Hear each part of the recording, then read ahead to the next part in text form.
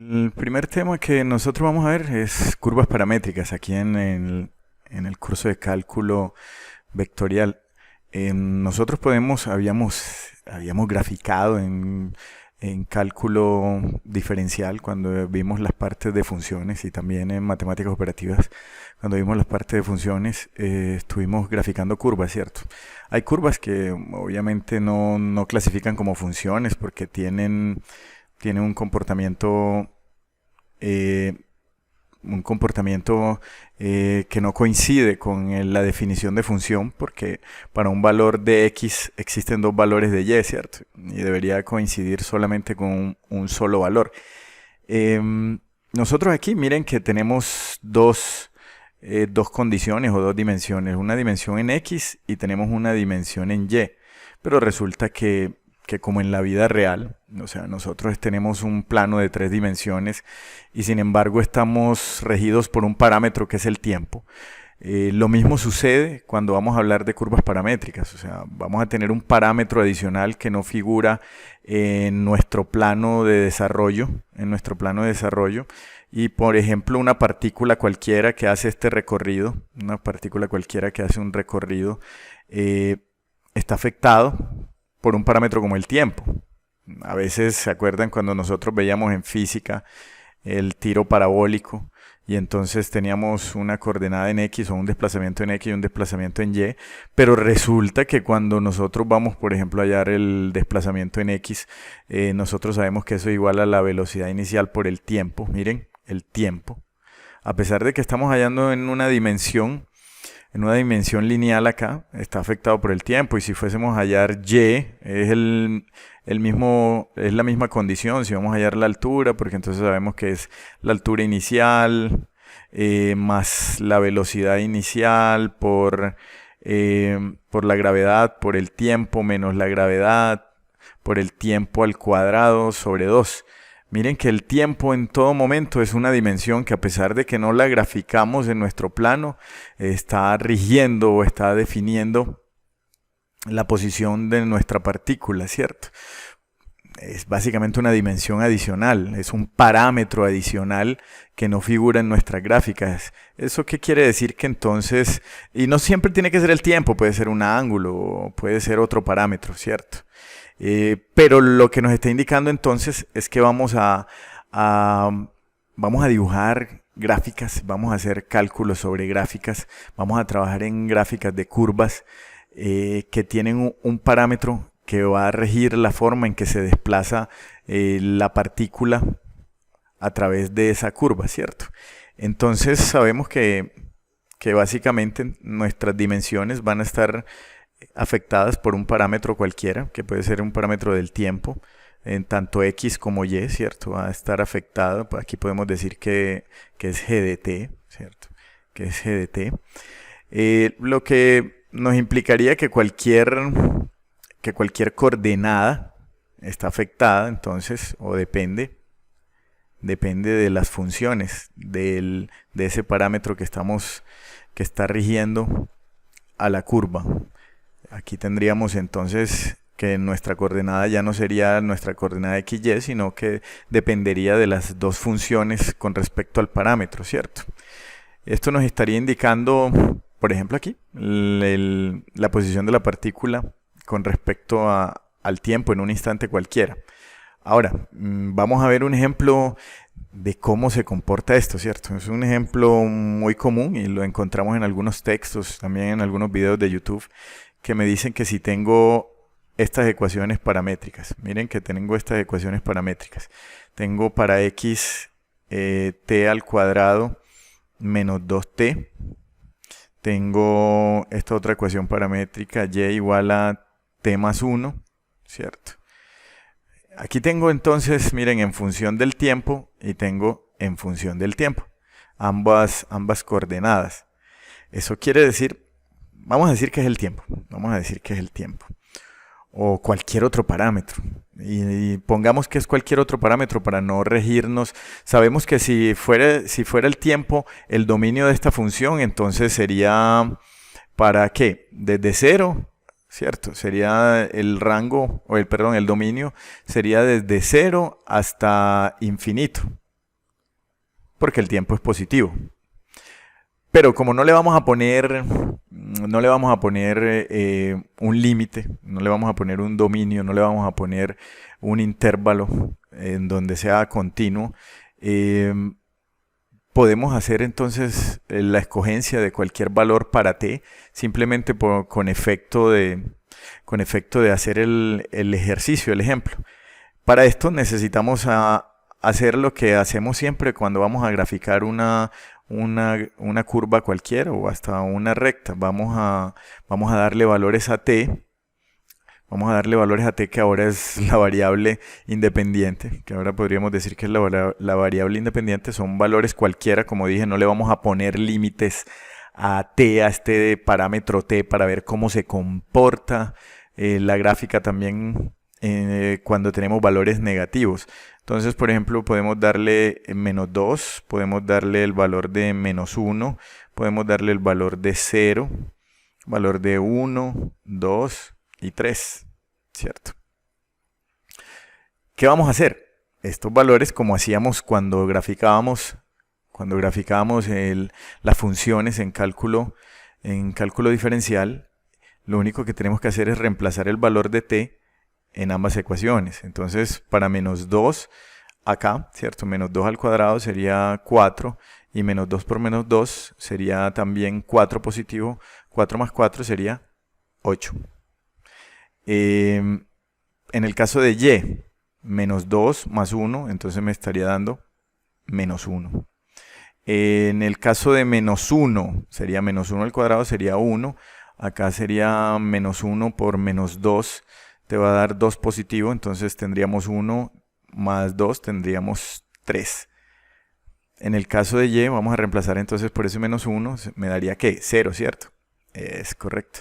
En el caso de 0, 0, 0. 0 más 1, 1. 1 al cuadrado menos 2 me va a dar ¿qué? Menos 1. 1 más 1 me va a dar 2. 2 al cuadrado me va a dar 4. Menos 4 me va a dar 0. 2 más 1 me va a dar 3. 3 me va a dar 9. Menos 6 me va a dar 3. Y acá 3 más 1 me va a dar 4, ¿cierto? Listo. Ya tenemos los valores. Ya vamos a graficar esta curva a ver qué nos da. Vamos a trazar un plano. Vamos a trazar el plano, el eje Y, el eje X. Listo. Vamos a darle una escala, ¿cierto? Vamos a poner una escala más o menos pequeña porque tenemos valores hasta 8, ¿cierto?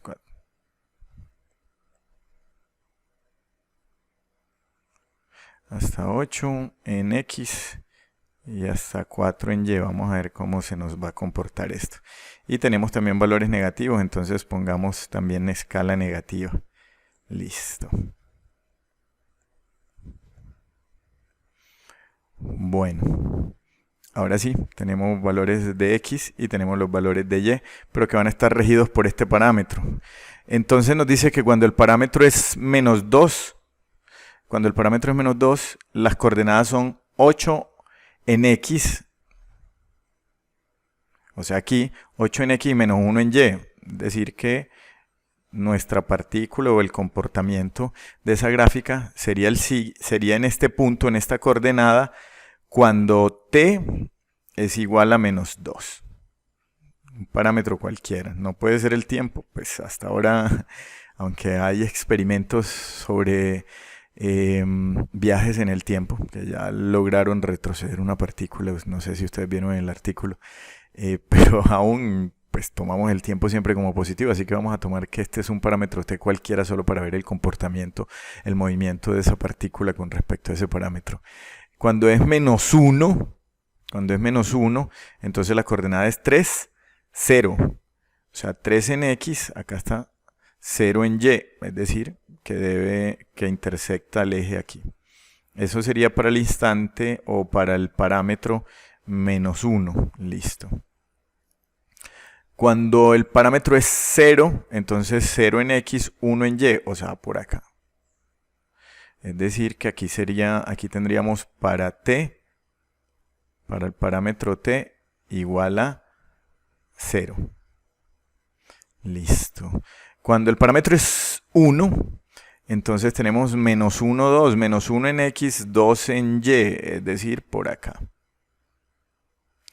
O sea que este sería nuestro parámetro T igual a 1. Listo. Cuando el T es igual a 2, entonces 0 en X, 3 en Y. Por acá. Listo. Y este es para nuestro parámetro cuando el parámetro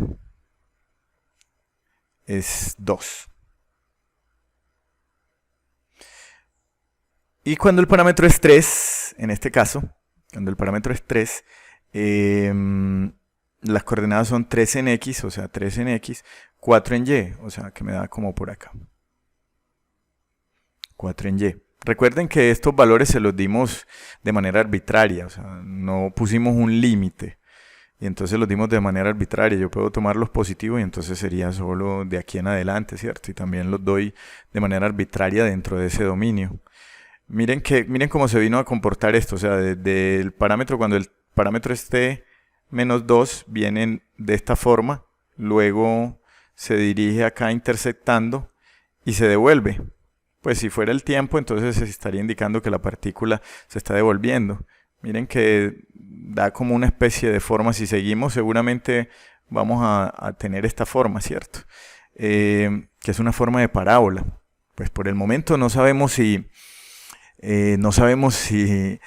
la ecuación o la ecuación algebraica nos permite dilucidar que es una parábola. Ahorita vamos a hallar la ecuación